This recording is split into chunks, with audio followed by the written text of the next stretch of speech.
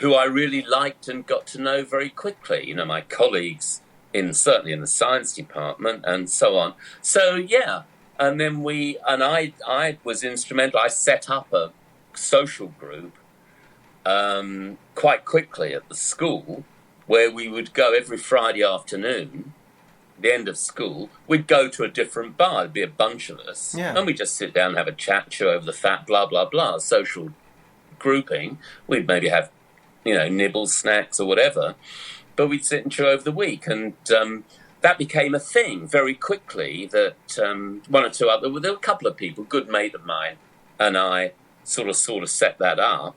And we called it Poets, funnily enough, nothing to do with poetry, but in England, Friday is known as Poets' Day. Oh. Poets means piss off early, tomorrow's Saturday. I love it.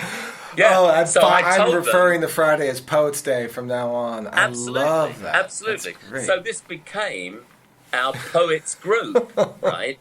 And we had about 20 or 30 people on the mailing list. We'd get about 8 or 9 or 10 people would turn up every Friday, but we had that many.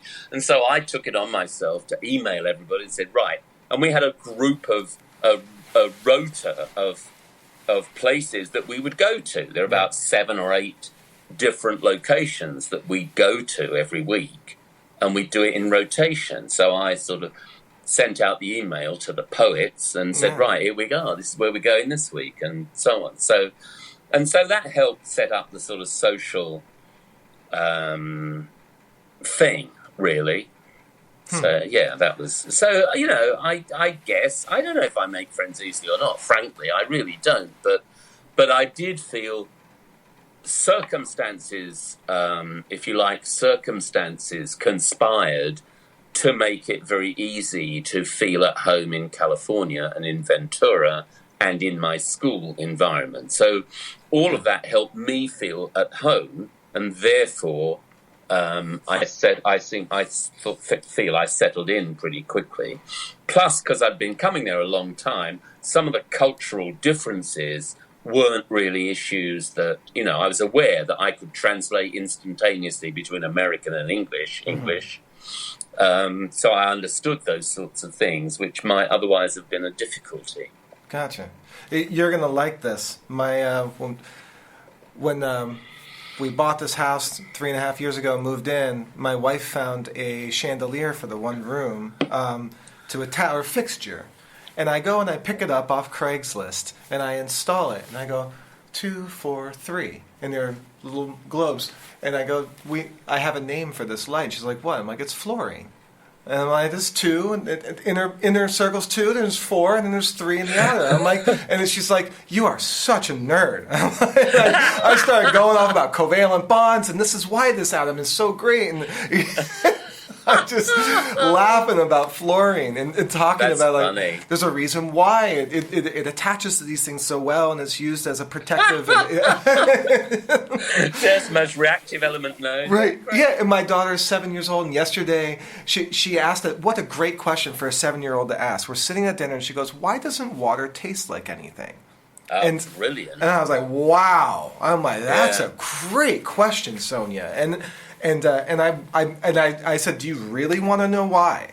Like in the nerdy way? And she goes, yeah. And I'm talking about 108.5 degrees and why polar molecules are important, and this is why it works so well as a cleanser, and it can hold its own as its own thing, and it can lattice into different types of setups depending on the temperature. I mean, there's a reason why the way that this molecule is set up is so crucial to life and the existence of anything, and I'm fantastic. I'm like, if you know about water and you know about carbon, it'll get you very far. And she's like, yeah. And then I could just see her eyes going, okay.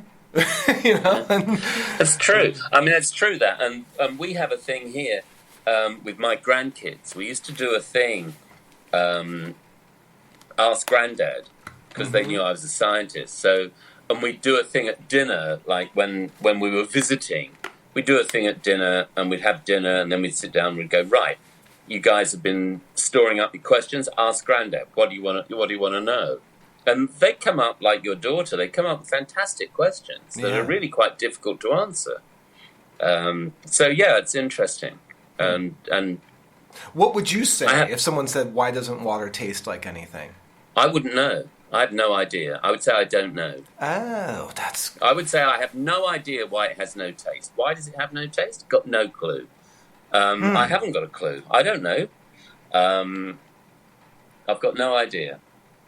So I went on and waxed, like, because the way I went about it was I went to the polarity of the molecule itself, and that it has enough strength to hold itself together to be its own, but by itself it has no taste.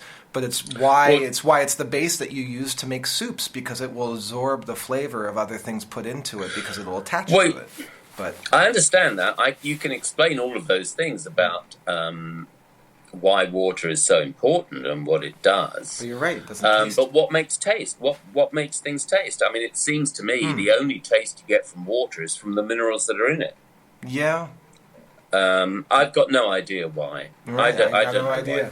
Why. Well, only because I would say that water, like you would say, water is the sort of the universal substrate. So, right. and the only thing that conveys taste is everything else. So, but I've got no... Why? Why is that? No idea. Why is always the hardest question to answer, by the way. Yeah. What and how is a much easier question. Why is a bloody difficult... Well, it's philosophy then. Then it becomes, and that's why... That's also, incidentally... That's what runs through my poetry. Is the why, right? Or it's not about the how or the what so much, but it's the why, and that's why I like to write about science, because science is so bloody interesting, and it's not inaccessible in a way that people think it is. So that's what I try and convey. At some point while we're talking here, maybe you'll remember a poem that touches on why very, very well.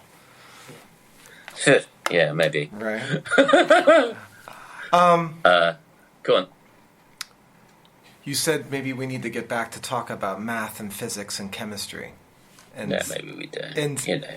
No. You were saying that you used to teach that, and you were getting into talking about the chemistry professor that you picked up in Santa Barbara and driving him. Oh, and you said, maybe we should go back and talk about that. But what was it that you would want to go that you go back and touch on about that? It seemed to excite you for a second, but you wanted to stay on the topic. So there was something. Well, no, it didn't excite me particularly. It's just interesting that that I was able to, as a driver, pick a guy up from UCSB and have an intelligent conversation with him about his specialism in science. Really, that was just interesting. Yeah, absolutely. I mean, it also highlights one of the differences between credentialing in the UK and the USA. So in the USA, I had to take a specialist exam in chemistry, sort of like an AP chemistry exam, to prove that no, that's not true. I had to submit my university transcripts to a third party who would assess them and determine what I was qualified to teach. Now, the fact that I taught for 80% of my teaching career, I taught math and physics, and I taught chemistry very little. But because I had a chemistry degree, these people who knew nothing about English education decided that I should have an interim chemistry credential, Gotcha. Single subject credential in chemistry. And if I wanted to add physics to that, I had to take an exam, sort of like AP Physics, to prove that I was competent, which I did and passed. And if I wanted to do math, see, the other thing about math in England is that at that AP equivalent level in England, math includes calculus, it includes coordinate geometry, it includes all of the gamut. It includes the binomial theorem, complex algebra, complex numbers, all of those things, which in the US are all in separate categories. Yeah, you'd have trigonometry, geometry. Right. So if I'd wanted to get a qualification, a credential to teach math in America, I would have had to have taken about several different subject-based exams in order to get that credential, although I'd taught it in England. So I didn't bother. I just said, right, I'll teach physics and chemistry, sod it. So that was what I did. But it's sort of related to that, really, in that I was able to teach those three subjects to a very high level here. So that's something that I'm knowledgeable about math and chemistry and physics, whereas I'm not, I like to think of me having a broader understanding of those things than a single blinded track of just one subject.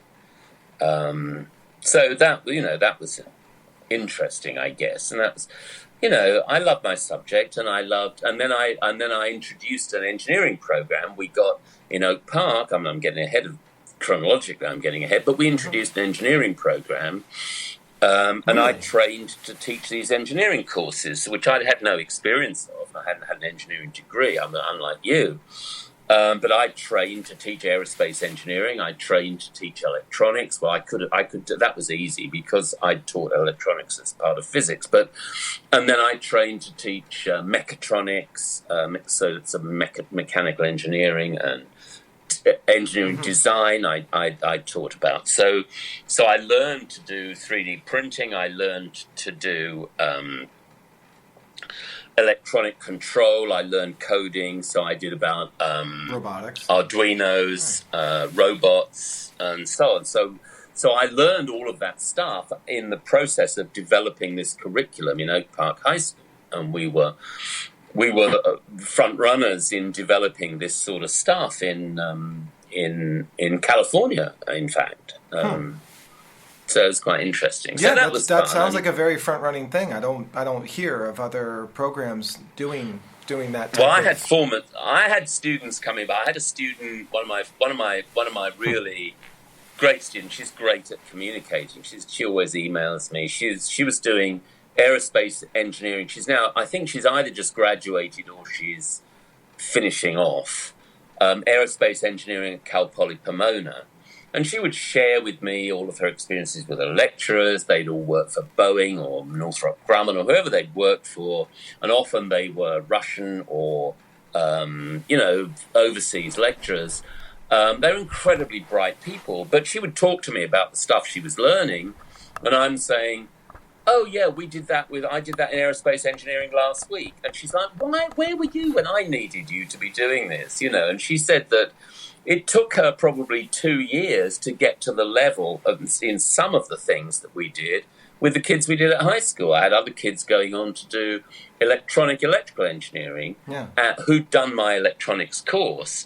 And they said, it took us till our junior year before we covered some of the things that you taught us. Wow. So and it wasn't me, it wasn't my curriculum, we bought it in from a national not-for-profit organization. They were fantastic.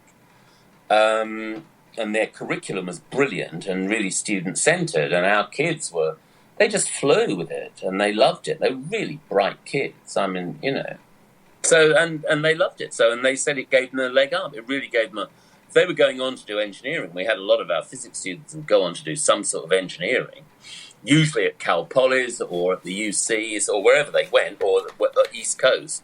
Caltech, I have people at Caltech, MIT, I've got people at MIT, Stanford, and so on. These people all said, blimey, it gave us such a leg up having done those courses at high school. So we were lucky that we were able to introduce it and able to,